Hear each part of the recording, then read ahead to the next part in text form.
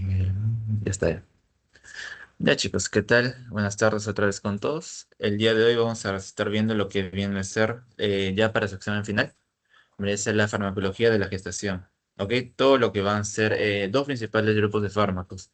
Los tocitóxicos y los tocolíticos, que también ya vieron en su clase de teoría, me parece. Y bueno, vamos a estar reforzando algunos puntos, algunos fármacos exactos. ¿Sí? Ya. Vamos a comenzar. Siempre mi metodología es comenzar con base. Ok, así que vamos a comenzar con la gestación. Definiendo primeramente qué es gestación. A ver, acá voy a llamar a alguien que me apoye. Sandra, ¿estás? No. Sí, ¿Qué tal, Sandra? ¿Qué es gestación para ti? ¿Cómo podrías definir la gestación? O sea, ¿qué sería? el periodo que transcurre desde la concepción hasta el nacimiento. Perfecto. Es el periodo, como tú bien dices, que precede desde la concepción hasta el nacimiento, agregando capaz es el periodo también donde el cuerpo se prepara, ¿no? El cuerpo de la mujer se prepara para albergar y emprender el crecimiento del embrión y del feto. Vamos a definirlo así. ¿Ok? Gracias, Sandra. Es el periodo, como bien dijo su compañera, periodo en donde el cuerpo experimenta ciertos cambios para mantener el embarazo, o sea, para mantener un buen crecimiento y una buena nutrición de lo que vendría a ser el feto y prepara el cuerpo para el parto. ¿Ok? La gestación se divide en varias etapas. Dentro de las más principales y más generales que tienen que tener en cuenta es la fertilización, la implantación y la organogénesis, y sin despreciar lo que vendría a ser la maduración de órganos. Así que hablando un poco de esto, vamos a comenzar desde la primera semana. ¿Ok? De acá lo más relevante es el comienzo de todo. Ustedes saben, todo comienza a partir desde el esperma, del esperma que se junta con el óvulo. ¿Ok? De estos van a formar el cigoto, que este es el momento uno de lo que vendría a ser la fertilización. Entonces, del cigoto se va a comenzar a dividir tantas veces y cuando llega a ser 16 células, va a pasar a llamarse blastocito. ¿Ok? Este blastocito va a viajar por lo que son las trompas de falopio y va a llegar hasta el útero. Y una vez que llega el útero, se implanta. Y cuando se implanta al quinto día aproximadamente, pasa a ser llamado como... Ah, no, acá es blastocito y antes es mórula, perdón. Cuando son 16 células es mórula, perdón. Mórula y al quinto día se convierte en blastocito. Este blastocito es el que se implanta. ¿Ok? Esa es la parte más importante de la primera semana y de la segunda semana. ¿Ok? Así que a partir de la implantación va a comenzar el proceso de crecimiento de lo que vendría a ser nuestro blastocito hasta que se convierte en feto y luego en un bebé. Bebé de primeras semanas. Luego, desde la tercera semana hasta la octava semana son las semanas más importantes del crecimiento embrionario. ¿Por qué? Porque estas semanas se van a conocer como las semanas de la formación de los órganos o organogénesis.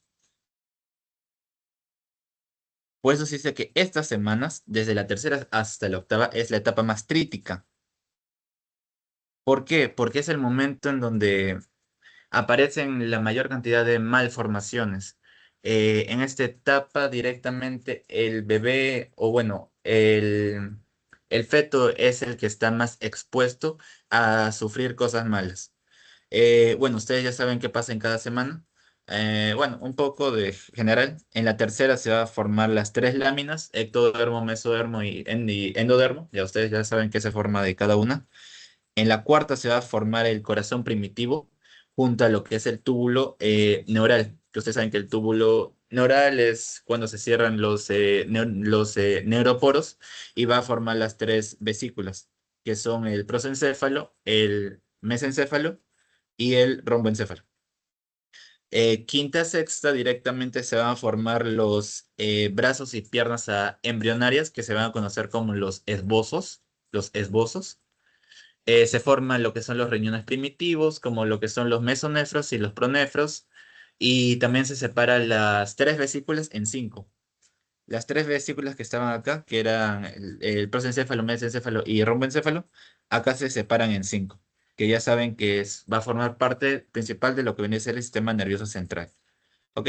Eso es más general, no es necesario que se lo aprendan, dudo que se lo pregunten en fármaco, no tendría mucho que ver. Lo que sí tendría que ver fijo es que la organogénesis es la etapa más crítica, donde el bebé tiene mayor probabilidad de sufrir daños. Y así, nunca se olviden, por favor. Ahora, en esta etapa también, como dije, el cuerpo se va a preparar para cambios. Lo voy a escribir acá. Se va a preparar para cambios. Entonces, los principales cambios que van a haber en el cuerpo no son, pucha, no es que te trece un brazo, no es que te trece una pierna, no. O sea, van a ser cambios hormonales. Las hormonas son las que se van a intentar o van a producir estos cambios en el cuerpo. ¿Ok? Hay cinco principales hormonas de las que les voy a hablar hoy, que tienen que tener siempre en consideración. Ya. La primera, tenemos la HCG, que vendría a ser la gonadotropina coriónica humana. Ya. Ustedes saben que esta hormona se detecta en sangre también a partir del octavo al décimo día. ¿Y cuál creen que sea la importancia de la gonadotrópica humana? Yo les explico cuál. Es esta hormona la que se va a detectar en la orina y es esta hormona la que se detecta en pruebas de embarazo. Esta es la general, ¿ok? ¿Y cuál función tiene esta principal hormona? Esta hormona lo que hace es mantener al cuerpo lúteo, mantener al cuerpo lúteo. ¿Y cuál es la función del cuerpo lúteo? General, progesterona. ¿Y cuál es la función de la progesterona? Inhibir las contracciones. Entonces, nuestra segunda hormona va a ser la progesterona. Como dije, la progesterona se encarga de inhibir las contracciones. ¿Por qué se inhiben las contracciones? Las contracciones se inhiben principalmente porque las contracciones ocurren en cualquier momento del embarazo. Entonces, imagínate, tú tienes unas contracciones fuertes y potentes en la semana 10, te digo. O sea, no es algo normal. Y si es una contracción muy fuerte, puede causar un desprendimiento del feto o un desprendimiento de lo que viene a ser la placenta.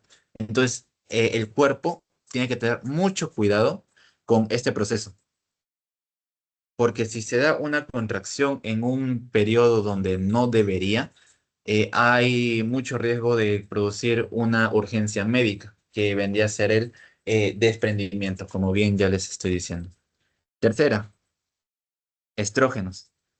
El estrógeno es la que más nos hablan, ¿no? Porque el estrógeno es la principal hormona predominante y lo que hace principalmente es madura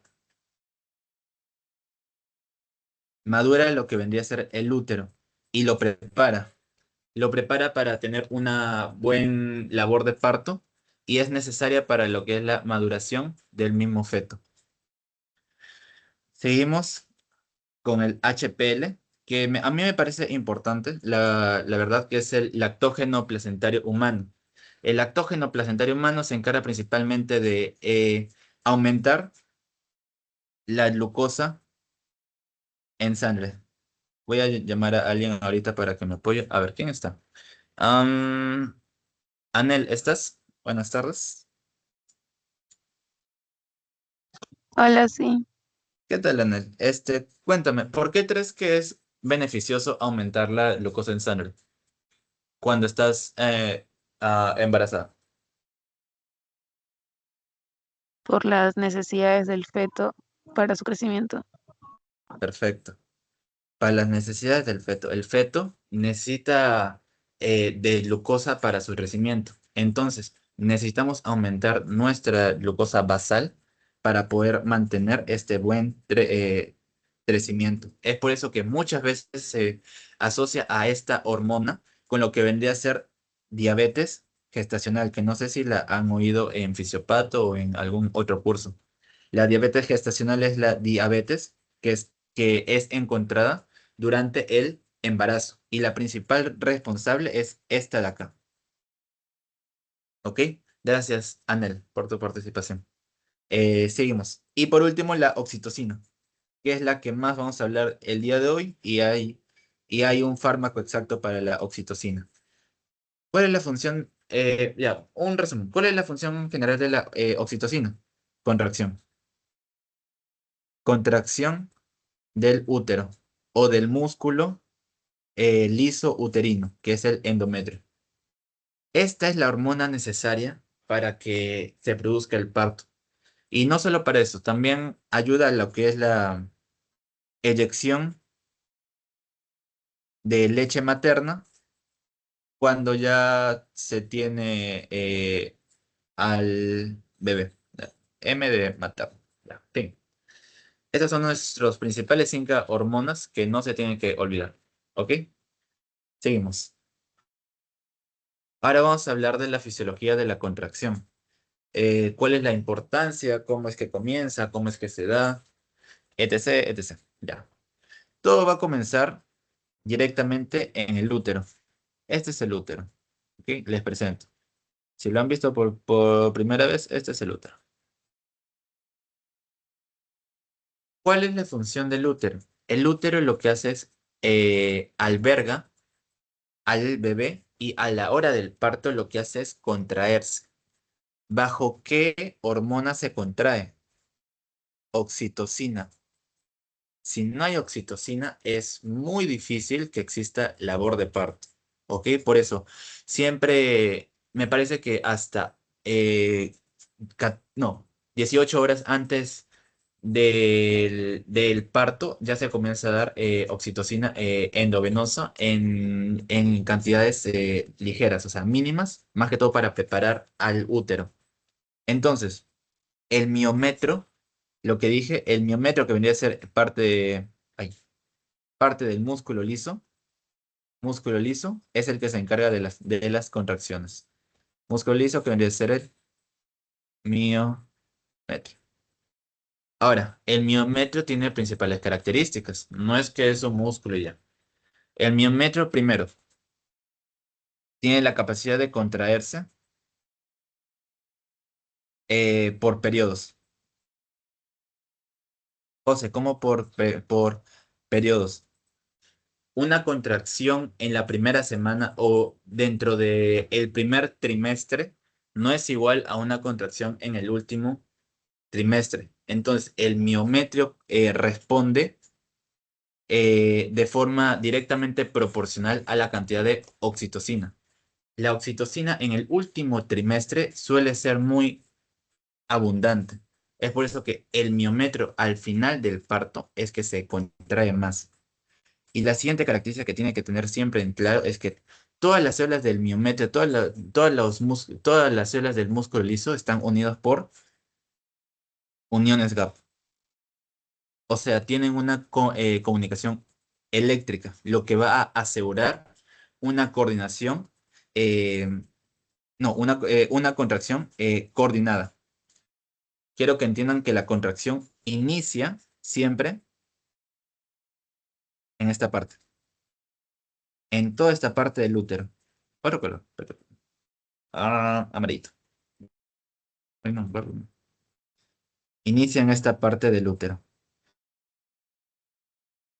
Toda esta parte del útero es la que inicia las contracciones.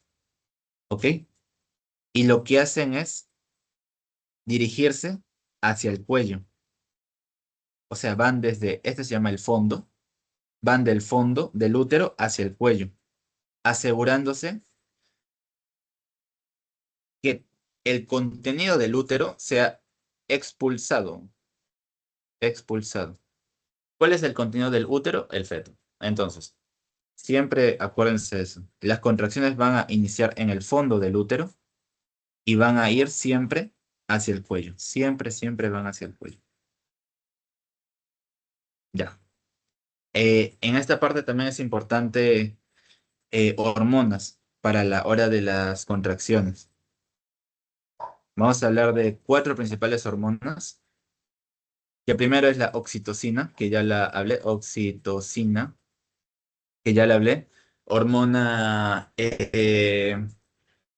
ay, ¿cómo se llama? Hormona que se genera en el hipotálamo, se almacena en la neurohipófisis y se segrega al momento del parto o en la eyección de leche. Función de la oxitocina, contraer. Fin, listo, nada más. Prostaglandinas. ¿Cuál es la importancia de las prostaglandinas? Las prostaglandinas lo que hacen es excitan el músculo liso del útero. ¿Tienen capacidad de la contracción? Sí, pero no es tan fuerte. Digamos, haciendo una comparación, si la oxitocina puede contraer el músculo en un 10 de 10, la prostaglandina apenas llega a un 6, digámoslo así. O sea, sí lo contrae, pero no de forma tan fuerte como quisiéramos a la hora del parto. Lo que más hace, su relación más importante, es que excita, excita el músculo liso. ¿Ok? Siguiente. Progesterona, que ya he dicho, es la hormona que inhibe las contracciones. Ya expliqué por cuál es la importancia de inhibir las contracciones cuando el embarazo es muy temprano, digamos entre las primeras semanas. Tú esperas de que el bebé aún esté formándose, cosa que directamente en las primeras semanas no esperas una contracción tan fuerte. Entonces, ahí va todo. Y por último, los estrógenos, que también lo hablé. Pero acá quiero recalcar algo. Los estrógenos nos ayudan a aumentar los niveles de receptores de oxitocina, que se llaman los OTR. Los estrógenos aumentan los OTRs y es por eso que normalmente al comienzo del embarazo hay pocos OTRs, digamos 1 de 5 al comienzo del embarazo. Y ya para el final hay un 5 de 5. Esa es la principal comparación. ¿Ok? Así que al final del parto, cuando se anule la progesterona, vas a tener los suficientes receptores de la oxitocina para que la oxitocina tenga un efecto potente. Y más la prostaglandina, más las PG, pues pucha, tienes lo que es el parto. Terminamos con la fisiología de la contracción. Y ahora sí quiero recalcar un término. Ahí va a pedir a alguien que me ayude. Edu, ¿estás? Edu, David. Sí, ¿Qué tal, Edu? ¿Cómo estás? ¿Qué es un teratogénico, sabes? la verdad que no me acuerdo. Ya, tranqui, tranqui, hermano, yo te explico. El teratogénico es todo aquel fármaco o sustancia o es algo directamente, es algo que lo que hace es interrumpe o produce factores negativos para el desarrollo del feto. Mira, acá el Littman me dice, es un factor o sustancia o agente que interfiere en el desarrollo normal del embrión o del feto. Normalmente lo solemos clasificar hasta en 4 criterios. O sea, hay 4 tipos de teratogénicos. Tenemos los teratogénicos físicos, que se asocia a irradiación, traumatismos, golpes. Otro físico, el calor cuando estás en hipertermia puede ser peligroso también para el bebé. La otra clasificación son las sustancias sociales o también sustancias no farmacológicas, como se puede conocer como el alcohol, el tabaco, drogas como la cocaína. Muchas veces estas sustancias lo que hacen es retrasan el periodo de maduración del feto, haciendo que capaz un feto que está en la semana 20 se pueda ver como un feto en la semana 10, digámoslo así, un ejemplo. Otro efecto adverso también puede producir un desprendimiento prematuro de la placenta, cosa que tampoco queremos. Agentes infecciosos. Enfermedades, ya, enfermedades. Saben que ustedes enfermedades también se pueden trasladar de madres a hijos por la vía placentaria. Entonces hay varias enfermedades que también pueden desarrollar una malformación del feto. Ejemplos de enfermedades, sífilis terciaria, rubiola y el herpes 5, el citomegalovirus es herpes 5, ¿no? Ya, el citomegalovirus, ya, déjenlo ahí. Citomegalovirus. Y otras enfermedades que, bueno, ustedes conozcan, yo no, ya, X. Y por último, fármacos. Recuerden, los fármacos son sustancias químicas que muchas veces pueden atravesar barreras. Entonces, fármacos que llegan a lo que es la placenta, a lo que llegan a lo que es el bebé, son bastante peligrosos. Si no tienen un beneficio para este, muchas veces suelen relacionarse a un crecimiento más lento. Entonces, eh, esto es para mí. En mi clase bueno, el ciclo pasado, el doctor Salazar, que dio esta clase, nos hizo hincapié en 4 fármacos principales. No sé si son los mismos, capaz, bueno, acuérdense, esto sí, capaz sea fija. Primero, las estatinas. No sé si conocen las estatinas. Las estatinas es parte de la clase de diabetes. Lo que hacen principalmente es disminuyen el colesterol, disminuyen los niveles de colesterol porque inhiben lo que es la producción de colesterol en el hígado. También se asocia, ya, y ustedes saben que el colesterol muchas veces se deriva en lo que vendría a ser ácidos grasos libres. Los ácidos grasos libres se encargan de formación de células y bueno, si no hay células para formar, no se desarrolla y bueno, etc. Siguiente. Ya. No, de las estatinas hay 2. La atorvastatina, perdón por mi letra, atorvastatina y la simvastatina. Simvastatina. Esas son las 2 estatinas que nos hizo mención, bueno, en mi ciclo de cuando yo llevé fármaco. Otros fármacos que también nos hizo hincapié es en la warfarina, que es un anticoagulante, inhibe la vitamina K. Bueno, ustedes ya saben eso porque es parte de su segundo parcial, me parece. Y el metotrexato,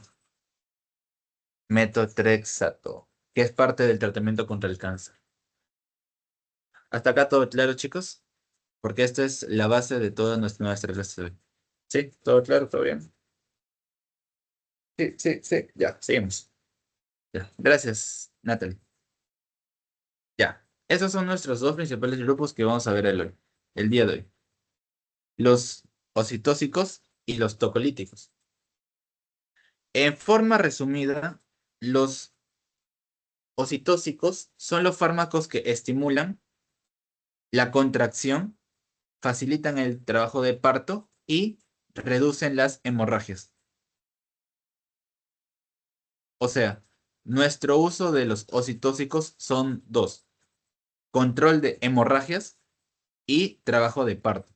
¿Ok? Esos son nuestros 2 principales usos. Usos clínicos, ya. X, X, X, X. Y los tocolíticos son todo lo contrario. Lo que hacen es inhiben las contracciones del útero. Ay, pucha, bueno. Inhiben las contracciones del útero. Y yo diría también que aumentan el flujo. Ay, aumentan el flujo en el útero, el flujo sanguíneo. Normalmente damos tocolíticos cuando hablamos de, eh, ¿cómo tenemos? Un embarazo pretérmino. Esa es la palabra. Cuando tenemos un embarazo pretérmino y el bebé ya quiere salir, usamos tocolíticos para principalmente hacer una ventana de tiempo en donde el bebé pueda madurar más. ¿Cómo es que madura más? Aumenta el flujo sanguíneo. Cuando aumentamos el flujo sanguíneo muchas veces aumentamos su desarrollo, muchas veces. Y bueno, inhibimos las contracciones. Y parte de los ocitóxicos los usamos cuando hablamos de un embarazo post-término. ¿Ok? O sea, un embarazo en donde eh, la mamá no puede, ay, la mamá no puede muchas veces mantener al feto ya en su útero porque no es tan sano para ella. Digámoslo que el bebé tiende a ser tan grande que va a necesitar más nutrientes, más sangre, más de muchas cosas que le quita eh, a la mami. Entonces, al tú quitarle estas nutrientes, estas sustancias claves a la mami, puedes hacer un riesgo a la mamá. Hablamos, ya, y de tiempos. Hablamos de pretérmino cuando es un periodo menor a las 37 semanas y posttérmino cuando es mayor a las 42 semanas. ¿Ok? Eso más que todo. Ya. Ahora sí, vamos a comenzar. No, vamos a comenzar, no. Un descansito, media hora, ya. Descansito de 5 minutos. Volvemos 5:35. Porque he separado la clase en ocitóxicos. Acá otro descanso. Y terminamos, ya. 5 minutitos, chicos. Volvemos 5:34. Ya, para no demorar tanto. 5:34. Si tienen dudas, me van diciendo, no se preocupen.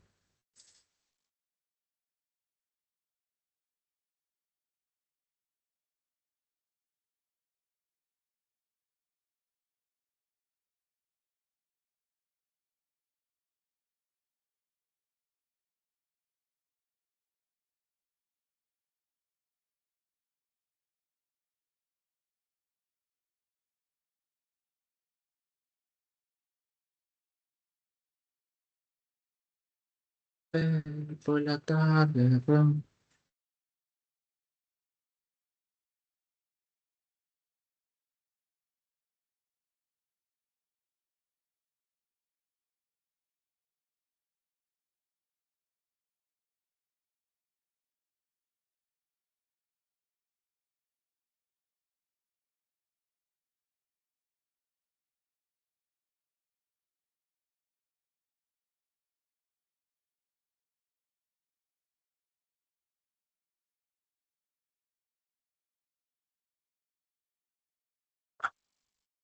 ¿ya?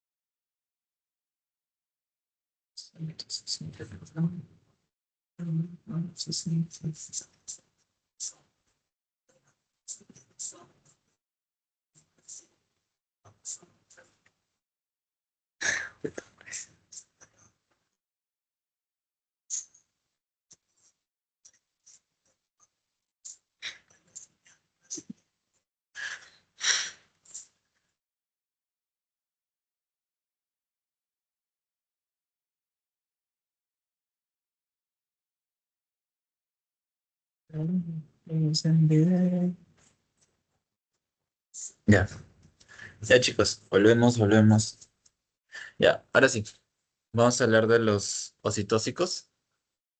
Vamos a comenzar con el que, bueno, venimos hablando hace rato y el más relevante y el que tienen que saberse por toda la vida, diría yo. Es el que más van a ver en su uso clínico, el que más van a ver durante cirugías en cesáreas. Este sí lo van a ver en todas partes, creo yo, que vendría a ser la oxitocina, ¿ok? También conocida como hormona del amor, hormona del apego, hormona de, bueno, a la hora del parto, digámoslo así. La oxitocina, si ven acá, es fabricada o sintetizada directamente por lo que vendría a ser el hipotálamo. ¿Ok? Esto no se olviden y no se confundan. La que sintetiza la oxitocina es el hipotálamo. ¿Ok? Y se almacena en la neurohipófisis, o también conocido como la hipófisis posterior. ¿Ok? Y esta va a ser liberada en dos principales, claro, en dos principales en ocasiones, para eyectar la leche y a la hora de la contracción, principalmente. Son los dos momentos en donde más nos importa la oxitocina. Ahora, ¿cuál es el estímulo de la liberación de la oxitocina? Pues el estímulo es la distensión del cuello uterino, ¿ok? O sea, se segrega oxitocina cuando el cuello uterino se distiende y cuando el bebé succiona el pezón de la madre. Esos son los dos principales estímulos en donde aumenta las cantidades de oxitocina en el cuerpo de una mujer, digámoslo así. La oxitocina va a actuar en receptores específicos, ¿ok? Va a actuar en receptores, bueno, acá uno está. Va a actuar en receptores específicos llamados los receptores de oxitocina, o bueno, a mí me gusta llamarlos los OTR. Los OTR tienen una particularidad que es bien beneficiosa. Su principal localización es en el útero. O sea, no tienen tanto efecto sistémico, ya que, wait,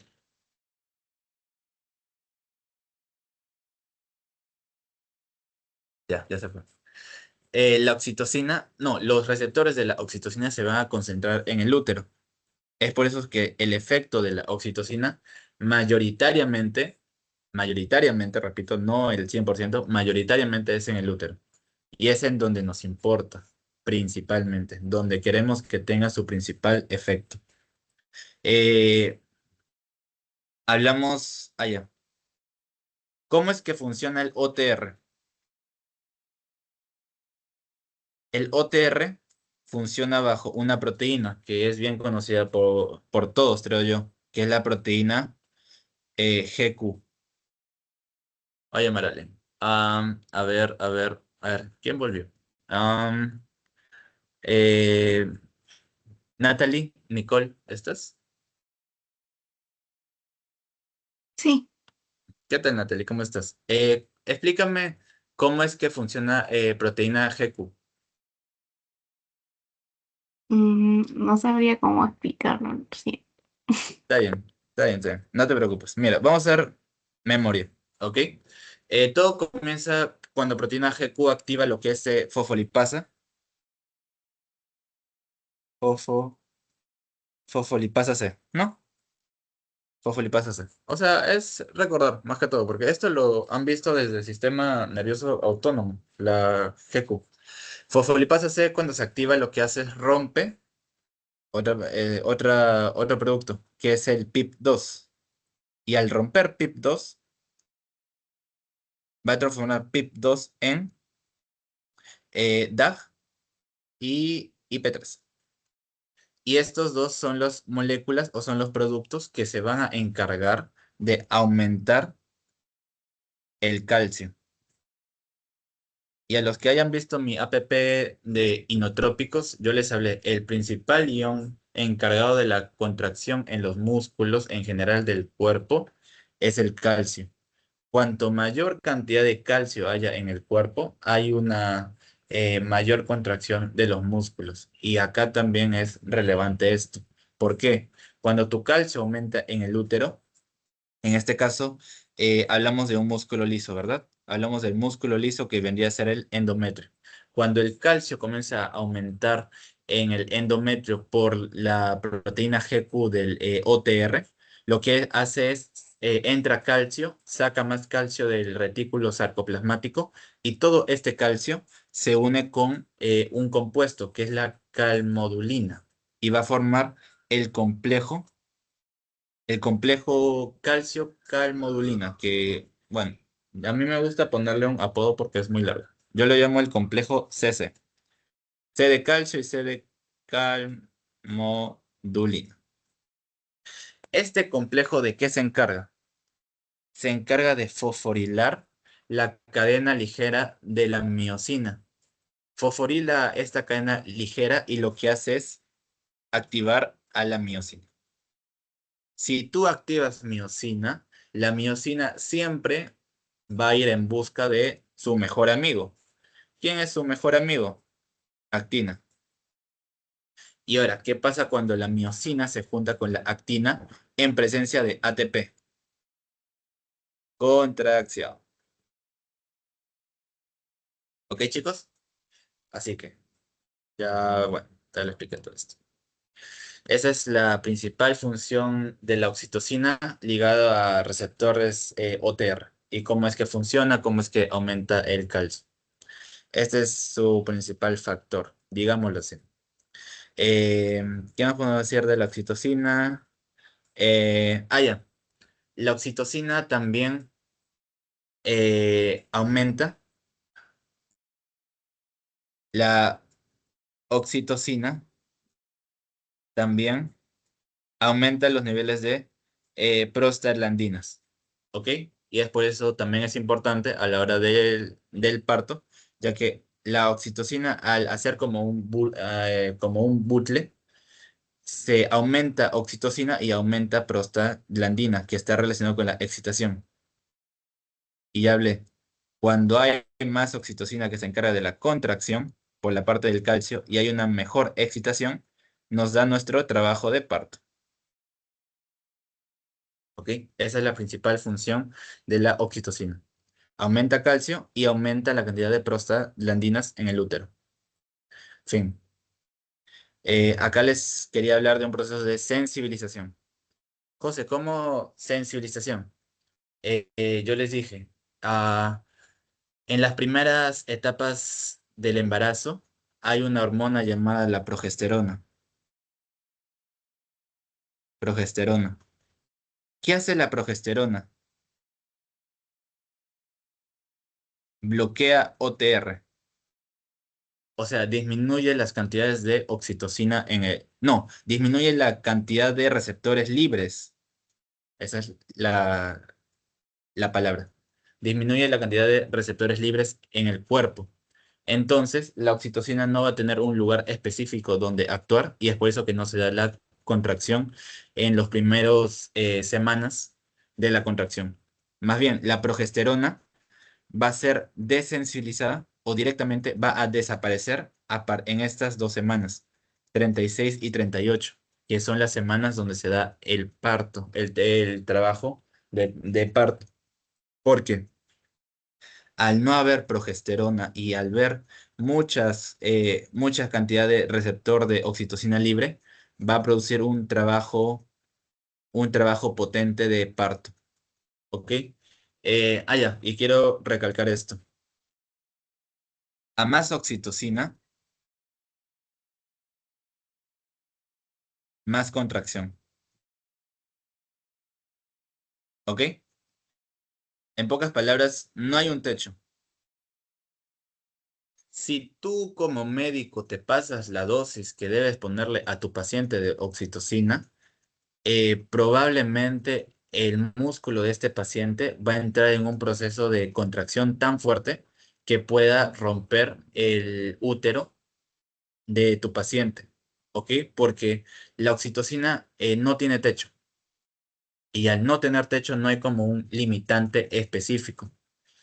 Y esto más que todo se da en las últimas semanas, cuando nuestro limitante, que es la progesterona, ya no está. Cuando no hay limitante y pasas la dosis de oxitocina, puede haber un rompimiento del músculo uterino. ¿Ok? Ya. Ahora sí, vamos con las dos presentaciones farmacológicas de la oxitocina. Un momento, voy a prender la luz del cuarto porque me voy a quedar ciego. Wait.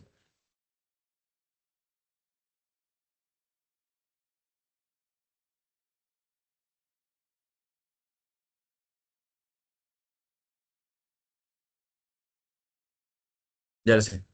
Ya. Estas son las dos presentaciones de oxitocina que van a tener siempre. La oxitocina es la que siempre van a encontrar en el hospital. Ya. La oxitocina, la que hemos hablado, es la oxitocina sintética, la que tu cuerpo fabrica. Ya he dicho, es producida por el hipotálamo, liberado por neurohipófisis. Su vida media es corta, aproximadamente de 3 a 5 minutos. ¿Esto es relevante? Sí. ¿Por qué es relevante? Porque la oxitocina se tiene que poner en una infusión continua. Se administra en forma continua para que tenga un efecto. Si no lo colocas de forma continua, la oxitocina pierde su efecto. ¿Ok? Por eso la oxitocina principalmente se da de forma endovenosa, intravascular. Ya está. Principalmente. ¿Qué más podemos alegar de la oxitocina? Dura poco, tiene un efecto o sea, tiene un efecto de acción relativamente rápido, de 1 a 5 minutos, me parece, por eso es bastante potente, se da endovenoso. Continua y alta potencia. Yo le diría que es alta potencia. Es más, vamos a hacer esto. Esto es potencia y esto es P de potencia y D de duración. ¿Ok? Vamos a decir que la potencia de la oxitocina es de 3 y la duración es de 1. ¿Ok? La oxitocina no es un fármaco que suele durar. Es por eso que se da de forma continua. Y esto también es beneficioso. ¿Por qué? Porque nos permite controlar en caso de una sobredosis. Si tú te pasas tu dosis de oxitocina, puedes controlar porque sí tienes que estar dando de forma continua. No es como una pastilla que das en una sola dosis y pucha, le das y si no es la dosis ya fuiste ya. No, acá sí es de forma continua y lo puedes controlar. Ahora vamos a hablar de la carbetocina, que es el homólogo sintético de la oxitocina. Quiero que directamente la comparación es esta. Potencia y duración, ¿no? La potencia es de 1 y la duración es de 2. No es 3, es 2. ¿Ok? Es el análogo sintético de la oxitocina. Tiene una vida media más larga, 40 minutos aprox. Esta se da principalmente vía intramuscular endovenosa, aunque también hay una diferencia de relación. Hay otra que no es intravascular. Acá está. Tiene presentación inhalatoria. Y ahorita voy a explicar la importancia de esto. Pero quiero que aprendan que tiene uso intramuscular, intravenosa. No se da de forma continua. Esta no dar como una infusión, no infusión, infusión. ¿Ok? Y lo que les importaría relativamente es que es inhalatorio. No sé si el doctor les llegó a explicar esta parte de inhalatoria, pero hay sprays de carbetocina. Y yo les he dicho directamente la carbetocina, como tiene un efecto prolongado, nos ayuda muchas veces a la hora de la eyección de leche. Digamos, si la madre tiene algún problema con eyectar leche, se le suele dar o se le suele indicar que tome carbetoxina vía spray. para hacer un manejo terapéutico ambulatorio. Ambulatorio y que no sea, ¿cómo es? No invasivo. No sé si el doctor les llegó a explicar esto. Pero bueno, eh, ya, la comparación es eso. Es intramuscular, intravenosa, tiene una duración, bueno, relativamente mucho más grande que la oxitocina y tiene, ya, y la ventaja de su almacenamiento. La carbetocina también tolera el calor, tolera el calor a comparación de la oxitocina. Entonces, si tú quieres distribuir, digamos, de una forma más comercial, si tú quieres distribuir, la que se te hace más fácil distribuir es la carbetocina, porque esta tolera el calor. Ahora, efectos adversos. Ya para terminar con oxitocina. Vamos a ver efectos sistémicos, primeramente de la oxitocina. Ya, eyección de leche, aumenta la contractilidad. A nivel periférico, genera vasodilatación. Y este va a ser importante para nuestros efectos adversos. Tiene efecto antidiurético. Este también es interesante. ¿Por qué? Porque la oxitocina, al proceder de la misma forma, de la misma parte de donde se almacena el vasopresina, que es la hormona antidiurética de la neurohipófisis, muchas veces puede actuar en sus receptores y lo que hace es aumenta la reabsorción de agua. ¿Ok? Este también tiene efectos adversos y ahorita lo voy a explicar. Y bueno, el comportamiento que directamente, porque la oxitocina es la hormona del amor, del apego, cuanto más oxitocina tengas, directamente se relaciona a un mayor enamoramiento o un mayor sentimiento de acercamiento hacia otra persona. Ya, adversos. Primero, hipertonía uterina. Lo expliqué. Cuando mayor cantidad de oxitocina tengas en el cuerpo, hay una mayor contractibilidad. No hay un límite exacto. Y al no haber un límite, no haber un punto fijo donde se diga, no, acá ya no haces más efecto, el músculo sigue contrayéndose, se contrae más, y esta hipertonía puede llegar a una ruptura. Perdón, efecto. Ruptura del músculo liso. ¿Ok?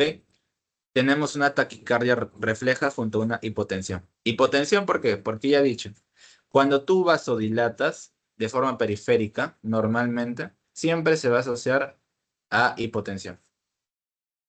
Y el primer mecanismo que tiene el cuerpo contra la hipotensión, siempre, esto acuérdense de toda la vida, el principal mecanismo cuando el gasto cardíaco de la persona baja es una taquicardia. Y esta taquicardia se conoce como una taquicardia fisiológica o una taquicardia refleja. Y por último tenemos la hiponatremia. ¿Que por qué se da la hiponatremia? Por el aumento de agua. El agua se conoce como el diluyente universal de las moléculas, iones, minerales, etc. Entonces, lo mismo va a pasar con el sodio. Cuando se aumenta el agua en el cuerpo, muchas veces se diluye mucha cantidad de sodio. Entonces vas a llegar a una hiponatremia, disminución de Na, que normalmente se asocia con problemas de convulsiones, confusión, dolores de cabeza, etc. ¿Hasta acá claro? Oxitocina sí tiene que quedar bien claro, ¿no? Para todos, o para la mayoría. Sí, claro, claro, claro, claro. Ya, seguimos. Seguimos. Ya. Prostaglandinas, lo que les dije, los fármacos o bueno, la sustancia que directamente excita el músculo liso. ¿Ok? Esta es creo que de las más complicadas de entender, diría yo. Yo nunca la entendí a la primera, la tuve que estudiar para explicarles ahorita. Ustedes saben que las prostaglandinas son derivadas o sea, bueno, son unos lípidos que tienen un papel importante directamente en todas funciones fisiológicas. Existe prostaglandinas de la inflamación, prostaglandinas de la fiebre, y también van a existir prostaglandinas para el parto, que son generalmente dos, las PGE y las prostaglandinas PGF. Esas son nuestras dos principales prostaglandinas que nunca se tienen que olvidar para cuando hablamos de parto. ¿Ok? Su acción va a estar delimitada principalmente, principalmente por la sustancia o por el receptor donde van a actuar. Miren esta parte de acá. Primero les voy a presentar las tres que siempre van a estar, o bueno, de las que siempre se van a hablar: misoprostol, dinoprostol y carbaprost. Son de las tres que más van a hablar a la hora de hablar de ocitóxicos. ¿Ok? Las tres, ya. El misoprostol es el homólogo de PG1. ¿Ok? Dino de PG2 y carbaprost de F2. Como ven, todas tienen relación con el parto, porque todas son prostaglandinas relacionadas a esto. Ahora, miren acá. Las prostaglandinas tienen receptores específicos: receptor de prostaglandina 2, de prostaglandina 4 y prostaglandina 3, donde el más relevante y donde más van a ir es al tipo 3. ¿Ok? Yo diría que también al tipo 4. Al tipo 4 y al tipo 3 es donde más van a ir. Y todo siempre va a depender de una proteína G. Cuando entran en la parte del receptor EP4, se va a asociar a lo que vendría a ser la proteína Q. Esa es Q, proteína Q. Y cuando entran en EP3, a proteína S. Y mediante diversos mecanismos, ya sea IP3 o ya sea PK, lo que va a hacer es aumentar el calcio intracelular. ¿Ok? Es por eso que prostaglandina sí produce una contracción, pero no tan potente como la oxitocina. ¿Ok? Así que quiero que asocien las prostaglandinas más que todo con un factor excitatorio del músculo uterino. Digámoslo así para que se pueda entender mejor. A ver, un poco más acá. A ver. Actúan sobre el receptor del músculo uterino, promueve la contracción y facilita la inducción del parto mediante la excitación. ¿Ok? A ver. Ay, no lo expliqué acá, por favor. Ya bueno, les voy a explicar así. Para la próxima, para mi próxima app voy a hacer una tabla. Ya. El misoprostol habla de proteína, o bueno, prostaglandina E1, Dino E2 y carbaprost F2. Cada receptor tiene, no, cada prostaglandina tiene un receptor específico. La E1 principalmente se asocia con EP4. La E2 se asocia con EP3 y EP4. Y F2 se va a asociar principalmente con FP. ¿Ok? Ahora, cada una de esas va a tener un mecanismo de acción distinto. Vamos a hablar principalmente no es, esto no es exacto. Siempre las prostaglandinas nunca son exactas porque suelen ir a varias vías. Como son todas homólogas,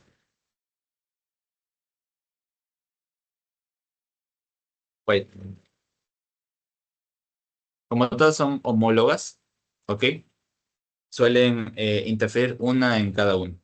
Entonces, muchas veces se va a hablar de que puede activar principalmente GQ, ¿ok? Nuestra principal, la que queremos activar es la de GQ.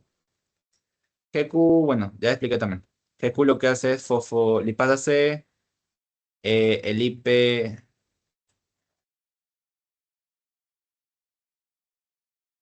DAGI y más IP3, y de la misma forma, aumenta el calcio, ¿ok? Esa es nuestra principal relación con prostaglandina, con las prostaglandinas en GQ. ¿Ok? La gran relevancia o gran diferencia de las tres es su uso clínico de cada uno. El misoprostol muchas veces se va a estar usando a la hora de abortos. ¿Ok? José, ¿cómo abortos? Prostaglandinas no tiene un límite o no tiene un tiempo de sensibilización como la oxitocina. Entonces, si tú le das eh, un análogo de una prostaglandina a un paciente, digamos, en la semana 10, no hay, no hay como un limitante. No sé si te acuerdas que en la oxitocina, el que limita la acción de la oxitocina es la progesterona. Ya, acá no hay. La prostaglandina no tiene un límite. Y claro, yo te he dicho de que la contracción no es tan potente para producir un parto, pero sí es lo suficientemente potente para producir un aborto. Entonces, el misoprostol muchas veces se va a estar inducido o va a estar relacionado a la inducción de abortos. ¿Ok? La dinoprostona es la que más se va a usar. ¿Ok? Es la que más está inducida a la hora de lo que son partos. Inducción, esa es la que va a estar relacionada a la inducción de partos. ¿Ok? Va a contraer lo que es el músculo liso a la hora del parto. No es la más usada, pero siempre ayuda, siempre de vez en cuando. Y por último, el Carbaprost. El Carbaprost lo que hace mediante GQ es que se almacena principalmente en lo que son los vasos del útero. Entonces, si tú aumentas el calcio en los vasos, lo que haces es una vasoconstricción. Al tú hacer una vasoconstricción, lo que vas a ayudar principalmente es en el problema de hemorragias. ¿Ok? Así que esta es la relación de los tres principales usos con tres diferentes prostaglandinas que nunca se tienen que olvidar. Eh, ¿Qué más? Ah, ya. Ya. Mucho cuidado con usar dentro de las primeras 20 semanas. ¿Ok? Por los problemas congénicos que ya dije. Como no tienen un límite, no tienen un limitante como la progesterona y la oxitocina, puede inducir teratógenos o a causar defectos directamente durante el desarrollo del feto, cosas que no quieres. Vamos a ver los efectos sistémicos, ¿ok? Ayuda a la hora de la maduración cervical, contracciones, expulsión del contenido uterino, esto relacionado a los abortos y vasoconstricción. ¿Ok? Esos son los principales efectos que tenemos de las prostaglandinas. Ahora, efectos adversos que no queremos. Como ustedes saben, las prostaglandinas, su propiamente el nombre es usado a la hora de la inflamación, dolor, ¿qué más? Náuseas también por el centro del vómito. Entonces, número uno es teratogénico. Ya lo dije por qué. Dije que está muy relacionado a las contracciones tempranas por no tener un limitante. Náuseas, vómitos, relacionado con la sobreexcitación del centro del vómito en lo que vendría a ser el cerebro. Hipotensión. Ustedes saben, la prostaglandinas, principalmente la E, está relacionado a un proceso inflamatorio. En un proceso inflamatorio normalmente ves a un paciente que tiene sus vasos dilatados. Si sus vasos están dilatados, vas a tener un paciente hipotenso. Y si tienes un paciente hipotenso y en un proceso inflamatorio agudo, se asocia con fiebre y escalofríos. ¿Ok? Esos son los tres principales estos. Seguimos. Y por último, alcaloides de ergot. Sí, prosigamos con los tocolíticos. Alcaloides de ergot. De los alcaloides de ergot, yo no los, personalmente yo no los considero parte de los fármacos que se usan para el parto. No usados para el parto. ¿Por qué no es usado para el parto? Ahorita les voy a explicar por qué. Vamos con las definiciones primero, pero quiero que se quede eso claro, que no se usa para el parto. Los alcaloides de ergot, ¿ok? Son derivados de un hongo que se llama el Clavicens purpurea, ¿ok? Es usado desde tiempos antiguos. Sí, hasta tiempos antiguos, digámoslo así. El doctor nos habló que se usaba desde el siglo X o algo así. Nos habló y le dijimos, pucha, qué raro. Ya, bueno. Principalmente es usado o es preferido para el tratamiento de hemorragias postparto por su potente acción vasoconstrictora. Quiero rescatar esta palabra, la vasoconstricción. ¿Ok? Esta vasoconstricción va a tener una causa porque los alcaloides de ergot van a estimular y van a antagonizar varios receptores, entre los cuales el primero que va a, o bueno, de los primeros que va a hacer efecto es en los receptores alfa 1. A ver, voy a llamar a alguien que ya me cansé de hablar. ¿Quién está acá? Fátima Thais, ¿estás ahí? Sí. ¿Qué tal, Fátima? Explícame, ¿sabes qué función tienen los receptores alfa 1 en el cuerpo? Mm. De Van a ese. ser vasoconstrictores. Perfecto. Son vasoconstrictores. Entonces, a nivel periférico, muchas veces se asocia a los alcaloides de ergot con un proceso de vasoconstricción. Es por eso que muchas veces también los alcaloides de ergot, al agonizar estos alfa 1, lo que hacen es causar hipertensión arterial. ¿Ok? Por eso cuando venga un paciente o cuando en su examen les diga cuál ocitóxico está relacionado con la hipertensión. Tú de frente, la respuesta que te diga un alcaloide de ergot, lo marcas. ¿Ok? Porque están muy relacionados a receptores alfa 1. Gracias, gracias, Fátima. Ya. Aquí otro receptor está relacionado. También está relacionada a receptores de dopamina o de dopa 2. ¿Cuál es la función del receptor de dopa 2?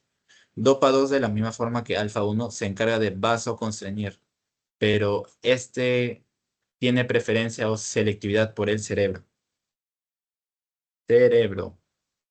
Causa una vasoconstricción en el cerebro. ¿Ok? Por eso ayuda a procesos de cefalea. A ver, esto también puede ser fijo. Solain, ¿estás? Buenas tardes. No, ya, buenas noches. No, no estás, Solain.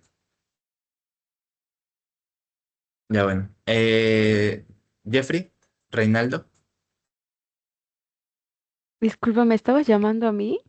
Ah, sí. Hola, Solain. Es que soy Sonali, por eso no te lo entendí. Ah, ya, pucha. Perdón, perdón, perdón, perdón, Sonali. ¿Sabes eh, la fisiopatología del dolor de cabeza, de las cefaleas? ¿Sabes qué te causa a ti normalmente un dolor de cabeza? Que no sean los estudios haciendo, o sea, la parte fisiológica. ¿Cómo es que se causan? Eh, es cuando se activan los nociceptores, ¿no? Claro, o sea, los Eh, nociceptores son los receptores del ujú, dolor, pero ¿qué causa que estos se activen? cuando se liberan la sustancia P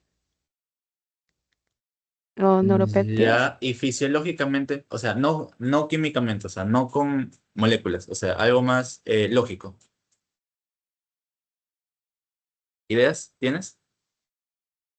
No sabría Ya, decirlo. ya, No. tranqui, tranqui. Esto también aprendan las cosas para la vida y aprendan a hacerlo bajo cierta lógica. Ya, la lógica del dolor de cabeza es el tráneo. El problema es el tráneo. ¿Por qué el tráneo? El tráneo, digamos, es como, ¿cómo digo? Es como una bolsa dura porque es una bolsa de huesos. Entonces, el tráneo no se expande. El tráneo siempre va a tener o puede contener una cantidad límite de contenido. Entonces, ¿el tráneo qué contiene? El tráneo contiene sangre, contiene LCR y contiene al cerebro. ¿Qué pasa en el dolor de cabeza? En el dolor de cabeza siempre se va a asociar a una vasodilatación. ¿Cómo vasodilatación? Cuando aumenta el CO2 en tu cerebro por procesos mentales o cuando tú no tiendes a respirar de forma correcta, muchas veces se asocia a un acúmulo de CO2 en el cerebro. Entonces, el acúmulo de CO2 en el cerebro es algo que el cerebro no quiere, porque el cerebro es el órgano que utiliza la mayor cantidad de oxígeno en todo el cuerpo. Entonces, para recibir más oxígeno, el cerebro lo que hace es demanda mayor cantidad de sangre. Y al demandar mayor cantidad de sangre, lo que hace es comprime tanto el cerebro, el líquido cefalorraquídeo, contra el cráneo. Y esta compresión, por el aumento del flujo y el aumento de sangre, se va a asociar al dolor de cabeza. Esa es la lógica. O sea, esa es la parte lógica que nunca se tiene que olvidar. ¿Ok? Siempre se va a asociar a una dilatación de los vasos cerebrales. Entonces, los alcaloides de ergot, al vasoconstreñir la parte cerebral, nos va a ayudar principalmente a procesos de cefaleas, ¿ok? O en muchas veces migrañas. Gracias, igual, Sonali. Y espero se te haya aprendido el esto para la vida, porque en clínicas lo van a ver un montón. Los pacientes les van a decir que les duele la cabeza, que les duele tal cosa, y muchas veces se asocia porque no respiran bien. Capaz tengan una sonda, capaz tengan un respirador artificial, y muchas veces el paciente al no poder respirar o al no poder botar CO2 se asocia a dolores de cabeza intensos o que tengan ya migrañas de 2, 3 días, que ya es insoportable, la verdad. Porque las personas que tienen migrañas, pucha, es para matarse, se lo juro. Ya, sigamos, para no perder más tiempo. También los alcaloides de ergot se relacionan a receptores de serotonina, tanto el 5-HT2 como el 5-HT1. ¿Ok? El que nos importa es el TH2. En el TH2 lo que hace es agoniza y el TH1 lo antagoniza. Por eso se dice que el alcaloide de ergot es un agonista antagonista en los receptores de serotonina. Esto es dato, ¿ah? Apunten. Como dato, pongan ahí, si tienen un cuaderno por ahí, el alcaloide de ergot es un agonista antagonista en los receptores de serotonina. ¿Ok? Y bueno, también está relacionado con la contracción. Ya, no les voy a explicar eso porque ya mucho. Ahora, hay dos alcaloides de ergot. El primero y el que no lo van a usar, y el que no creo que les pregunten porque no es parte de la gestación, es la ergotamina. La ergotamina es un ácido débil, ¿ok? Se usa principalmente para el uso de migrañas. Es por eso que dudo que les pregunten esto. Porque no se usa para la gestación, o sea, no se usa ni para la post-hemorragia, ni para un proceso de trabajo de parto, ¿ok? No se asocia a esto mucho. Es por eso que su acción vasoconstrictora tiene una acción vasoconstrictora en todo el cuerpo que se puede asociar a una hipertensión arterial, siempre y cuando sea prolongado, o sea, el uso de esta sea prolongada y sean dosis altas. Si no, se puede usar muy fácilmente para migrañas y cefaleas. ¿Ok? Esos son los dos principales agonistas en DOPA2, HT2 y en receptores alfa 1. ¿Ok? Y el que sí van a ver, el que sí van a ver, el que sí creo que les puedan preguntar es la ergometrina, que este es un alcaloide débil, a comparación de la ergotamina, que es un ácido. Este es el alcaloide. Este se usa principalmente para controlar la hemorragia postparto. No induce hemorragia. ¿Ok? Es un fármaco que no se usa para inducir el parto. ¿Ok? Eso quédense siempre en la cabeza. Los alcaloides de ergot no inducen los partos. Únicamente controlan las hemorragias. Ahora, trata la atonía uterina. ¿Qué es la atonía uterina? Cuando el músculo músculo de los vasos no tiene la capacidad de contraerse, se le llama atonía uterina. Entonces, imagínense ustedes, el músculo luego del parto, claro, el músculo liso luego del parto está cansado. Si está cansado, ya no se contrae. Y si ya no se contrae, pues a la hora de la contracción de los vasos sanguíneos, muchas veces suele causar mucha hemorragia. Entonces, estos fármacos es muy usado para este problema de la atonía. ¿Ok? Tiene alta selectividad por músculo uterino y es principalmente, esos son sus principales receptores, alfa 1 y H2 en músculo liso uterino. Ya. ¿Dudas, chicos, hasta acá? ¿No? ¿O todo bien? Sí, sí, sí. Todo bien, todo bien, todo bien. Ya, todo bien, chicos. Ya, tocolíticos. Tocolíticos es más corto, creo yo. Ya, denme 3 minutitos para mi voz me cansa. Volvemos 6:17. Sí, para, no, pucha. Pensaba no terminar tan tarde, pero pucha, así es fármaco. Ustedes comprenderán. Y creo que ya llevaron esta clase. Wait, wait.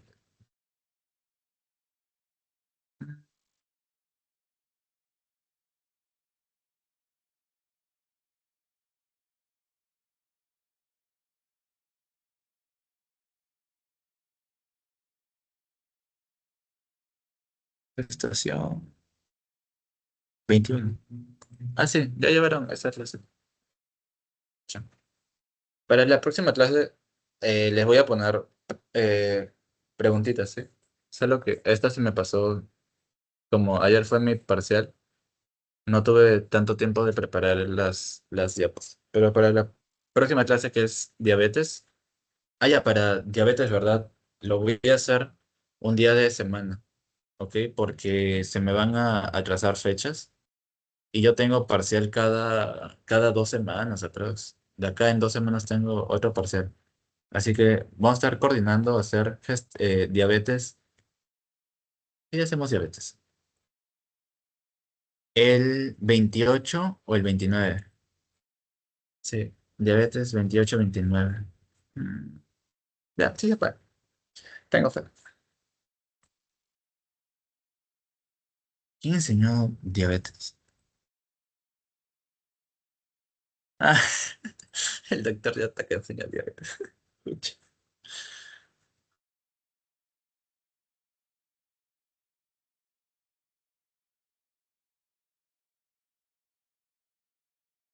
Pásame.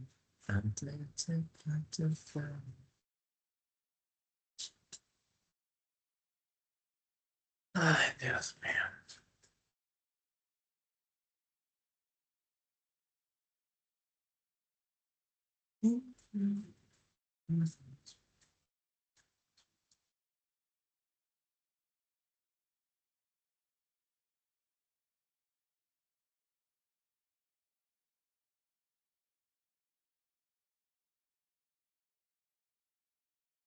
Ya. Ya, chicos, seguimos para que no se nos haga tan tarde. Pucha, se me hizo tarde. Ya. Vamos a tocar las partes puntuales. ¿Ok? Beta agonistas. Ya, de tocolíticos. Ya. Tocolíticos saben que se usa para aumentar el periodo en el que el bebé está en el útero. O sea, inhibe las contracciones y aumenta el flujo sanguíneo para que el bebé tenga un mayor porcentaje de maduración, propiamente dicho. ¿Ok? Los beta 2 ustedes saben, lo han visto en sistema autónomo. Beta 2 va a actuar principalmente sobre músculo liso. ¿Ok? De varios órganos. Porque los beta 2 no sé si se acuerdan, se usa principalmente en procesos de broncoespasmos. En procesos cuando el paciente tiene asma o el paciente tiene algún tipo de tos y no puede respirar, un tipo de disnea, se suele usar muchos agonistas beta 2. Estos, acuérdense los tiempos, esto sí. El tiempo para usar los beta 2 es entre la semana 24 y la 32. Esa puede ser una fija, una pepa. ¿Ok? Los beta 2, ustedes saben, se asocia a proteína G, de la misma forma. Yasmín, ¿estás? Yasmín Nicole, por si acaso, para que nos apoyes. Eh, sí, ¿Qué tal? ¿Qué tal, Yasmín? ¿Cómo estás? Eh, ¿Qué proteína G tiene el beta 2? proteína G es S, si no me equivoco.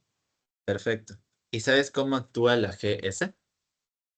Eh, Creo que activaba la denilciclasa Ajá, y ya, eso convertía el AMPC en, no, perdón, el ATP en AMPC, por ende había un aumento del AMPC y ya, eso eh, abría los canales de potasio y cerraba los canales de calcio. ya. Perfecto. Gracias, Yasmín. Te faltó una palabra, que es el pK, pero está bien, La está proteína bien, quinasa. está bien, muy bien, muy bien, muy bien.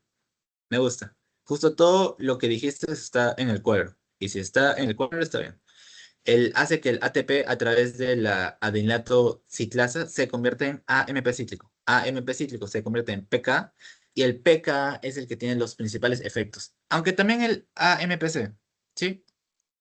Los dos principales factores que nos va a desencadenar nuestros efectos tocolíticos es AMP cíclico y pK. pK, ¿por qué? pK lo que hace es inhibe la sinasa de la cadena ligera de la miosina. O sea, en pocas palabras, inhibe la miosina. Yo les he dicho al comienzo, cuando miosina se junta con la actina, contracción. Si no se juntan porque hay alguna inhibición, hay algún problema, no hay contracción. O sea, en este caso, al inhibir, al inhibir a la miosina, lo que hace es que no se contraiga. Fin, listo, sufren. Es lo que tienen que saber. Ahora, AMP cíclico. ¿Qué hace el AMP cíclico? El AMP cíclico también tiene una relación importante, porque el AMP cíclico a nivel del músculo liso, lo que hace es disminuye la liberación de calcio en la célula, principalmente. Disminuye la liberación de calcio del retículo sarcoplasmático. Y al disminuir calcio de la misma forma. Si no hay calcio, no se contrae. Fin, no hay nada más que tengan que saber eso. Tienen que hacer estos dos procesos de AMP cíclico y de PK. Sufi. Estas son nuestras dos presentaciones. La terbutalina y la ritolina. Acá sí nos vamos a demorar un poco más porque tienen diferencias y capaz les pregunten ambas, porque ambas se suelen usar de forma tocolítica. Comenzamos con terbutalina. Terbutalina es tocolítico y broncodilatador, o sea, es un fármaco no específico del útero. No solamente tiene efecto en el útero, sino también ¿en dónde? En los pulmones. ¿Ok? Entonces nos va a ayudar tanto en inhibir las contracciones del útero como inhibir lo que es los espasmos en los pulmones para que la persona pueda respirar. Administración intravenosa, oral. Listo. Esta tiene la ventaja de ser oral. Al ser oral, puede tener un uso ambulatorio. Digamos, tú presentas contracciones en la semana 30, cosa que no quieres. Vas al médico, el médico te dice, ya, pucha, como no son unas contracciones tan fuertes y tan seguidas, vamos a hacer un manejo ambulatorio. Y te dice, vas a tomar terbutalina, ay, la dosis no me la sé, creo que es una vez al día, aprox. Una vez al día, 2 veces al día. Porque su efecto es de 4 hasta 6 horas, ¿ok? La vía intravenosa que también se puede usar, pero no es tan usada, porque la usada es la oral, es de 3 a 10 minutos. O sea, es rápida, pues. Como es intravenosa, es rápida, así que no importa eso mucho. Ya, ¿qué más podemos decir? ¿Qué más podemos decir? Baja selectividad, por lo que ya les dije, no solamente se usa contra el útero, sino también para procesos de broncoespasmos, procesos asmáticos, procesos asma más que todo, asma. Y se puede tener un manejo prolongado. O sea, esto principalmente se va a usar La terbutalina, cuando es un proceso prolongado y cuando no es trítico. ¿Ok? Seguimos. Ritodina, que es el que sí, únicamente va a ser tocolítico, porque tiene una alta selectividad por el músculo liso del útero. Se administra principalmente intravenosa, no hay otra forma. Es por eso que se asocia a procesos tríticos y hospitalario, a comparación de la otra que vimos. Tienen un efecto similar, 6 a 12 horas, y intravenosa de 10 a 20 minutos para su uso. ¿Ok? Ya, eso es lo más relevante, diría yo. Efectos adversos. Ya, efectos adversos sí tienen que saberse. Primer efecto adverso que no está acá y me faltó colocar a mí. Cuando hablamos de un agonista del beta 2, muchas veces cuando aumentas tu dosis de beta 2, pasa a ser agonista de beta 1. ¿Ok? Cuando tú aumentas la dosis. Y es acá donde vas a tener tus principales problemas en la madre, primero. Primero tienes un aumento de la frecuencia cardíaca. ¿Por qué? Por un efecto de beta 1. No por beta 2, por beta 1. Temblores. ¿Por qué? Por un efecto adverso propio de los agonistas beta.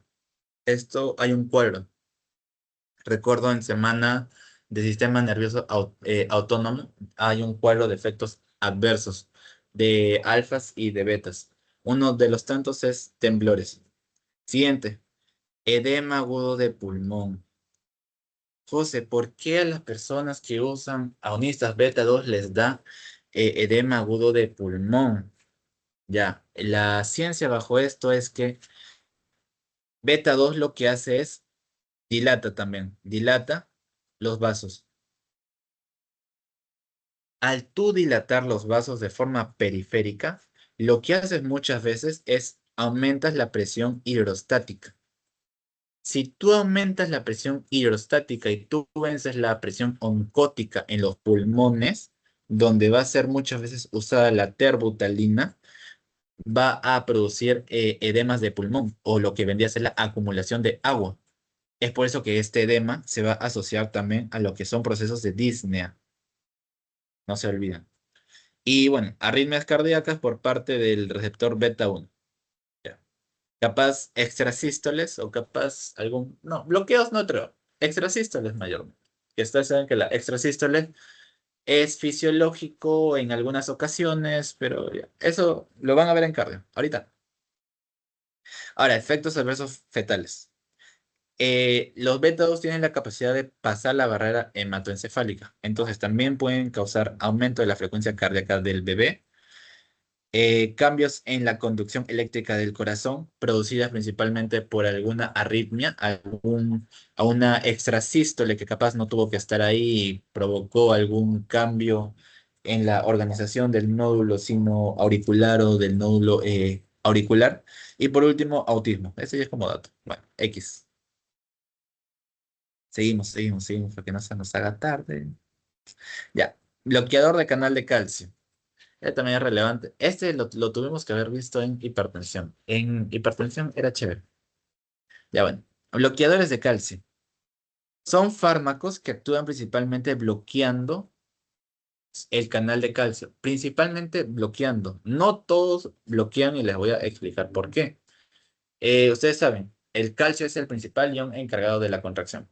Si tú bloqueas esta entrada del calcio, no hay contracción. Entonces, si tú bloqueas este canal de calcio, tipo L, no hay contracción. Fin. Se usan entre la semana 32 al 34. Recuerden, fechas, anótenlo, porque en el final les preguntan con fechas. Le dicen, la paciente tiene 30 semanas. Si tiene 30 semanas, no puede usar un bloqueador de calcio. Tendrías que usar un beta bloqueador o un agonista beta 2. Así que ya con eso pueden ir tanteando, la verdad. Comenzamos. Nifedipino. El nifedipino es un bloqueador de calcio tipo dihidropirimidínico, ¿ok? Bloquea el canal de calcio tipo L. Este sí lo bloquea de forma completa. Tiene forma oral, que es la forma en la cual se usa para tratar una enfermedad ya con un curso progresivo, como lo que vendría a ser la hipertensión, o puede ser de forma intravenosa también, cuando tienes un proceso crónico, un proceso agudo, un proceso trítico, un proceso urgente. También hay presentación de nifedipino en forma endovenosa. Su duración es corta, pero rápida, y las dosis son repetidas. José, ¿qué significa dosis repetidas? Que tienes que dar varias dosis. O sea, no es como una infusión continua, como lo dije en ¿cómo se llama? En la oxitocina, que sí tienes que dar endovenoso de forma continua para que tenga un efecto prolongado. Lo curioso es esto de acá. Reducen el síndrome de dificultad respiratoria neonatal. ¿Ok? Esto es más como dato, lo diría yo, porque el doctor nos lo dijo en base a un estudio que se hizo. El nifedipino, en un estudio del año no sé qué que nos habló, se asocia, ay, fuck, se asocia a que es un tocolítico. Creo que es el tocolítico más seguro que se encontró. Y se asoció al aumento de una ventana terapéutica. José, ¿qué es una ventana terapéutica? No entiendo. Terapéutica. Es el tiempo en el cual el bebé pudo formarse. O sea, imagínate, la mamá comenzó a tener contracciones en la semana 20. No, acá es en la semana 32. Entonces, a la mamá se le dio el nifedipino y pudo soportar bien hasta la semana 38, 39. Entonces, es un fármaco muy usado, es un fármaco capaz de primera línea, nos evita muchos problemas. Ahora, ¿qué es el síndrome de dificultad respiratoria? Es el proceso en el cual el bebé no ha madurado lo suficiente para producir sulfractante. Ahora, voy a llamar a alguien. Jocelyn, ¿estás? Buenas noches. Sí, hola, buenas noches. ¿Qué tal, Jocelyn? ¿Sabes qué es la función del sulfactante? Eh, mm, ay, no me acuerdo mucho, pero tenía que ver algo con eh, para mantener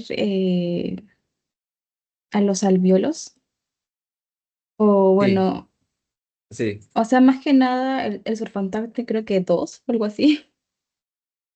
No, esos son los alvéolos tipo 2. Los alvéolos tipo 2 son los que producen Ah, el, ok. sulfractante. Ahora, el sulfractante me has hecho dudar.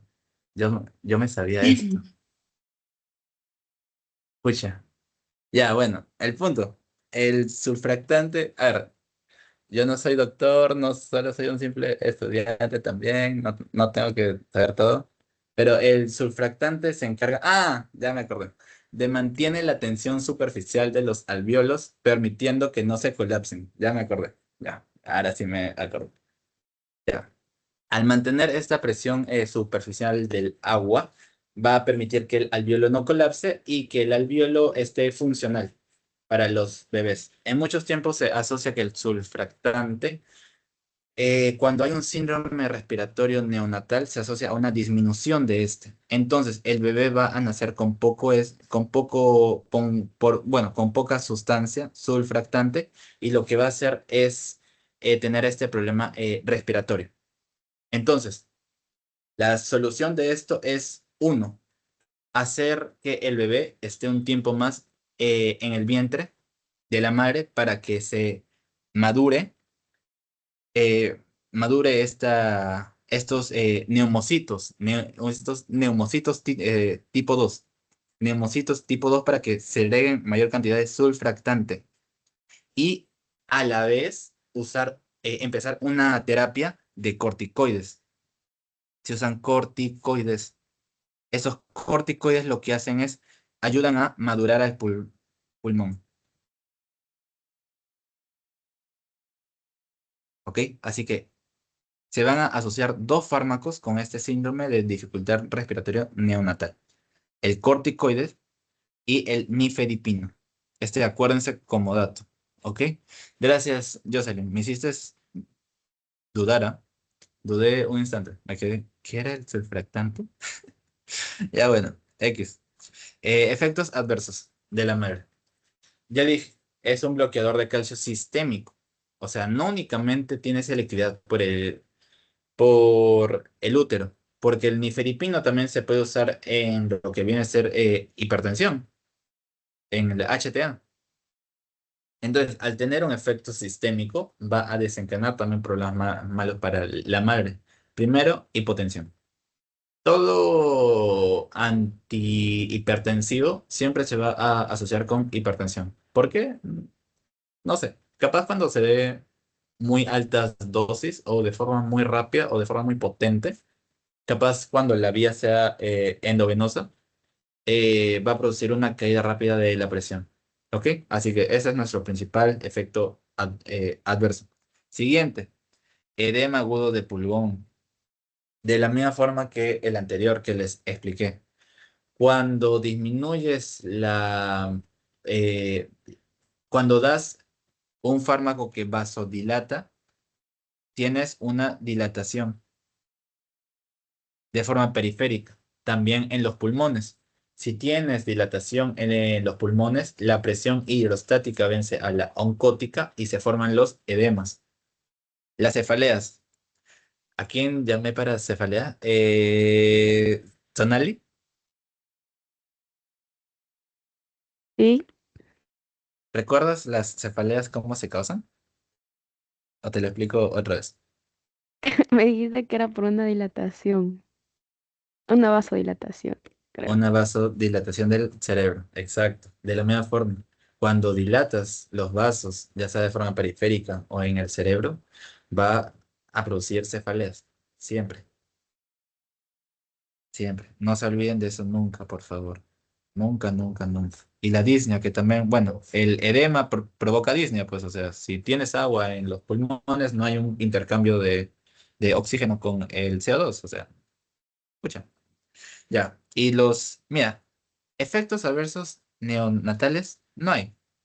Es por eso que les digo que los bloqueadores de calcio dihidropirimidínicos creo que son de los mejores que existen, la verdad. No se encuentran. Ahora, vamos con el sulfato de magnesio, que también no es un bloqueador. Lo vamos a asociar con un competidor. ¿Cómo le decimos? Entonces, ya vamos a ver que compite ya. Compite con el calcio para entrar a la célula muscular. Digamos, la célula muscular, vamos a hacer un ejemplo. La célula muscular tiene tres canales. Este es un canal, este es otro canal y este es otro canal. Por acá entra el calcio, porque estos canales se llaman canales de calcio tipo L. Ahora, ¿qué pasa cuando tú administras sulfato de magnesio? El sulfato de magnesio lo que hace es reemplazar el calcio que entra. O sea, el sulfato de magnesio va a entrar por estos canales, haciendo que el calcio, no es que no, o sea, no es que no haya calcio, lo que hace es que disminuye su entrada porque va a competir con él. No al 100%, claro, porque eso es inviable, o sea, no hay forma que un músculo no tenga calcio para una mínima contracción, pero sí disminuye sus niveles de forma muy alta. ¿Ok? Este sulfato de magnesio se da en dosis sostenidas, o sea, este sí se da de forma endovenosa, endovenosa, de forma continua, continua, y tiene una duración más prolongada. De la misma forma, este tiene un dato bien interesante. Reduce el riesgo de parálisis cerebral. ¿Por qué? El sulfato de magnesio cuando entra al cerebro, ¿ok? Cuando entra al cerebro lo que hace el sulfato es, no, cuando entra en las células nerviosas, lo que haces es disminuir la liberación, disminuye la liberación de ACH, que es acetilcolina. ¿Ok? Entonces, al disminuir la acetilcolina, muchas veces se asocia a una disminución de la excitabilidad, cosa que te producía las prostaglandinas. Si tú disminuyes ACTH, disminuyes la excitabilidad. Excitabilidad. Entonces, si tú disminuyes la excitabilidad, se va a asociar con un proceso,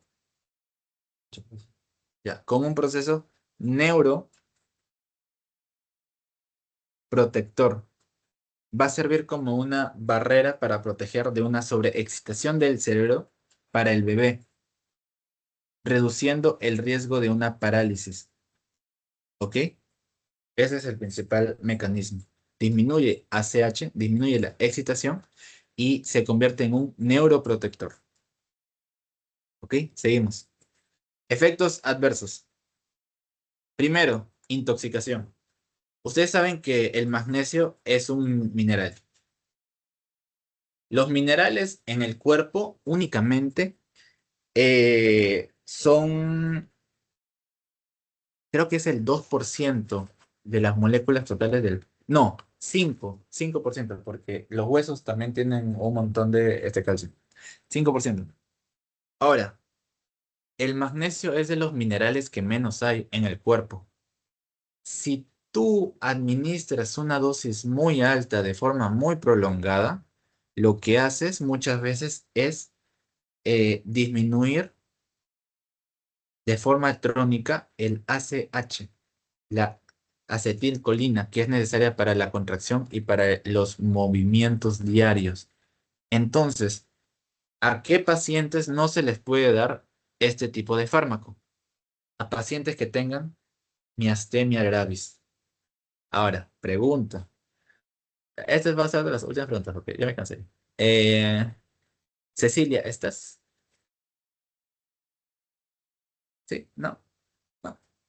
Ah, si no, llamamos a alguien más. Sandra, ¿estás? Sí, ¿Qué tal, Sandra? ¿Cómo estás? ¿Sabes qué es la miastenia gravis? Mm. ¿Ideas? era una enfermedad que causaba debilidad muscular. Perfecto. La miastenia gravis, ya. En términos más técnicos, vamos a decirlo que, claro, es una enfermedad autoinmune que va a producir anticuerpos contra las neuronas que fabrican acetilcolina. Entonces, en miastenia gravis, como bien tú dices, es una debilidad por disminución de acetilcolina. Entonces, si tú ya tienes una disminución de acetilcolina, tú no puedes dar un fármaco que de la misma forma disminuya acetilcolina. Pucha, es pecado, pues lo vas a dejar paralítico. Ahí sí ya no hay otra forma de decirlo. Entonces, todo paciente que tenga miastenia gravis, nunca les den sulfato de magnesio, por favor. De la misma forma, disminución de los reflejos tendinosos. Los reflejos tendinosos de la misma forma están evaluados por la acetilcolina. Si no hay acetilcolina, no hay reflejos. Simple. Paro respiratorio y cardíaco. Lo mismo. Si no hay un excitador tanto del músculo liso del pulmón como del músculo cardíaco del corazón, vas a tener un paro. La misma idea. Y más encima que bloqueas el calcio, haces que el músculo sea más débil, sea menos excitable y te da un paro. Efectos fetales. Depresión respiratoria, depresión motora por disminución. Disminuye acetilcolina y calcio y hipotensión. Tira ya, ya. Últimos dos, que los últimos dos son los más cortos, los que menos les importaría, la verdad. Los AINES, que es la indometacina, el único que está acá. ¿Ok? Los AINES son la contraparte de las prostaglandinas. O sea, los AINES, ya saben, son inhibidores de la enzima COX. La enzima COX son dos, COX-1, COX-2. Si tú inhibes COX-2, inhibes los leucotrienos. Y si inhibes COX-1, inhibes las prostaglandinas. Entonces, los SINES tienen mucha relación con lo que vendría a ser la disminución de las prostaglandinas. Este tipo de fármacos no se usan, ¿ok? Los SINES no se usan como tocolítico o no ocasionalmente. Se usan solo en situaciones muy específicas o muy cuando el paciente es muy especial, vamos a decirlo así, porque no se usa casi nunca. AINES se usan ocasionalmente, no siempre, no son la primera línea de tratamiento y tienen limitaciones. Las semanas también apréndanse, por favor, 24 hasta la semana 32. Y lo que le dije, la indometacina lo que hace es inhibe el COX, ciclooxigenasa. Si inhibe ciclooxigenasa, disminuye tanto prostaglandina E como la prostaglandina F. Si tú inhibes estas dos, vas a disminuir tanto la contractibilidad como la excitación. Excitación. Ya. Ah. Vamos a hablar de cosas exactas de la indometacina. Inhibe tanto COX-1 como COX-2. Disminuye la síntesis de prostaglandina responsable de la activación de las contracciones. Y su uso es limitado, solamente hasta las 48 horas, por efectos adversos. Y esto les voy a explicar por qué.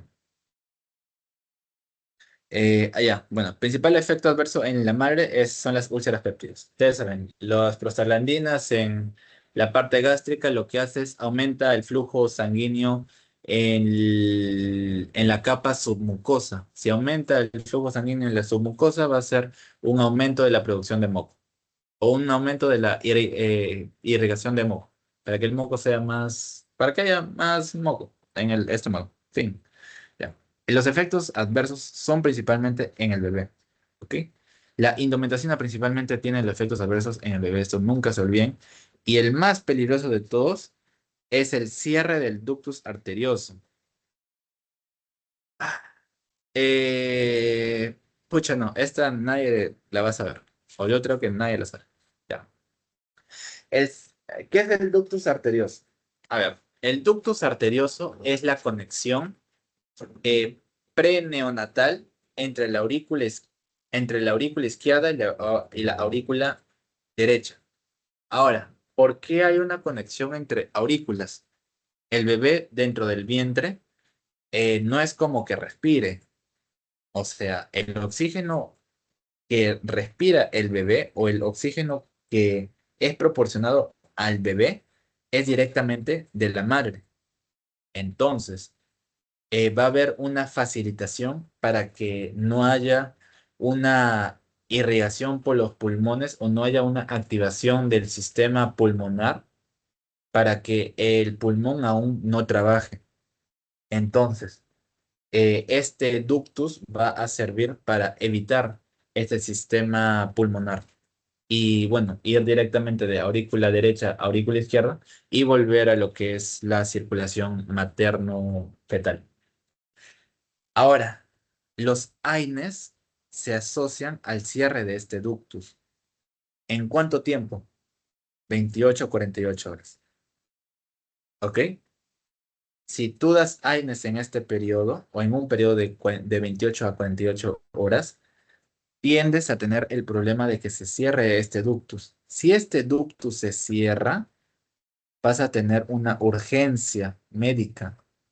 No me sé el nombre exacto de la enfermedad o de la urgencia, pero el punto es de que el bebé va a perder esa facilidad de conducción rápida del oxígeno por la parte eh, de la madre. Y además de eso, vas a hacer que la circulación de aurícula claro, de aurícula vaya de aurícula, ventrículo, pulmón y de pulmón a aurícula izquierda y ventrículo izquierdo, cosa que el bebé dentro del vientre aún no tiene desarrollado su pulmón, pues, o sea, no le vas a hacer que respire ahí. Así que va a ser conocida como una urgencia médica. Una urgencia médica. ¿Ok? Y si llega a ser crónico o no se llega a curar, no, si en caso se llega a curar o se llega a solucionar mediante una cirugía, me parece, puede producir hipertensión pulmonar crónica en el niño. ¿Ok? Y bueno, otro efecto es los oligohidramios, que este también es relevante. ¿Qué es oligohidramios? Que también sé que no le van a saber. Los oligohidramios directamente es la disminución del líquido amniótico. ¿Ok? El líquido amniótico tiene una relación ya que es necesaria para lo que es ¿cómo decirlo? Amortigua los golpes con la pared del vientre y también facilita el desarrollo de los órganos, principalmente el pulmón, que ya lo hablamos que del sulfractante por los neumocitos tipo 2. Entonces, es importante que haya este líquido. Si en caso no hay, se generan los oligohidramios, que es una enfermedad. Disminución de líquido amniótico, lo voy a poner acá. Amniótico. Ya. Fin. Ah, ¿qué más de la indometacina? Ah, ya. La indometacina, como es un AINE, se da de forma oral. Tiene alta unión a proteínas, 99%. Truza la barrera hematoplacentaria, es por eso que causa el ductus arterioso. Pasa la barrera hematoplacentaria y se elimina de forma renal y hepática. Ya. Como datos extras, renal y hepática.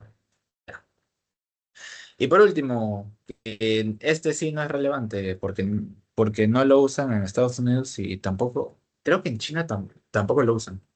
Pero bueno, vamos a hablar de los antagonistas de oxitocina. ¿Ok? Los antagonistas de oxitocina son un fármaco que su nombre lo dice, antagonizan los receptores de oxitocina. Bloquea el receptor de oxitocina, o sea, bloquea el OTR.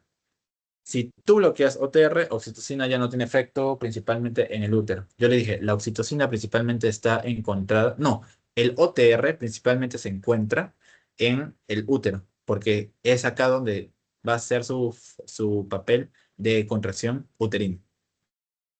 Entonces, al bloquear estos tocolíticos, va a haber un retraso del parto y detener las contracciones prematuras. Dato, no está aprobado en Estados Unidos. ¿Ok? Es por eso que aún las investigaciones con este fármaco no han sido tan avanzadas. ¿Ok? Y nuestro primer ejemplo es el atosiban. Es decir, nunca se olviden. Si en su examen les preguntan, ¿cuál es el antagonista del bloqueador de oxitocina? Atosiban. Directo. Es una pregunta fija, directa. Creo que la han preguntado. Pero bueno. Ahora, dentro del libro dice que es un antagonista. Pero el profesor en la clase de Teo que nos enseñó, bueno, en mi generación, nos dijo que es un agonista parcial, que compite con la oxitocina. José, si es un agonista, ¿no debería producir una contracción? No, no necesariamente. ¿Por qué? Imagínate que la oxitocina tiene un efecto de, como te dije, 10/10. Si este es un agonista parcial, va a tener un efecto 4/10. O sea, ambos estimulan OTR, pero el que menos estimula es atosiban. Y es por eso que se asocia a un efecto tocolítico. Utilizado para retrasar el parto prematuro, se administra de forma intravenosa con monitoreo continuo, o sea, se da de forma continua. Eh, no tiene contraindicaciones principalmente en el bebé, y no está aprobado en Estados Unidos. ¿Ok? Por eso hay poca información del atosiban, porque donde más lo usan es en la Unión Europea y en India, me parece, porque en China no he escuchado o no he leído en China. Pero bueno, los efectos adversos. Los efectos adversos principalmente se van a dar porque al tú bloquear el factor de la oxitocina dentro del útero, la oxitocina va a quedar libre en todo el cuerpo. Si la oxitocina queda libre en todo el cuerpo, va a tener un efecto periférico. ¿Cuál es el efecto periférico de la oxitocina? Primero, acá faltó hipotensión. Hipotensión. Si hay hipotensión, hay menos sangre en el cerebro. Si hay menos sangre en el cerebro, se asocia a mareos, cefaleas, bueno, vómitos y náuseas también, y hiperglucemia. ¿Por qué?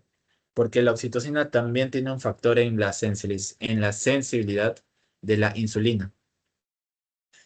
Muchas veces, cuando damos estos fármacos relacionados a la oxitocina, tiende a haber un aumento de la resistencia a la glucosa. Si tú aumentas la resistencia a la glucosa porque quieres dar más, bueno, más glucosa al bebé, puedes llegar a la hiperglucemia y causar una diabetes gestacional. Y en el bebé no tienes efectos más, no tienes efectos significativos. ¿Ok? Ya, chicos, muchas gracias. Sería todo por la clase de hoy. Voy a cerrar la grabación. ¿No tienen dudas? Sino para cerrar la grabación. Sí, gracias. Ya, sí, ya, voy a cerrar la grabación y les paso el post-test. ¿Sí?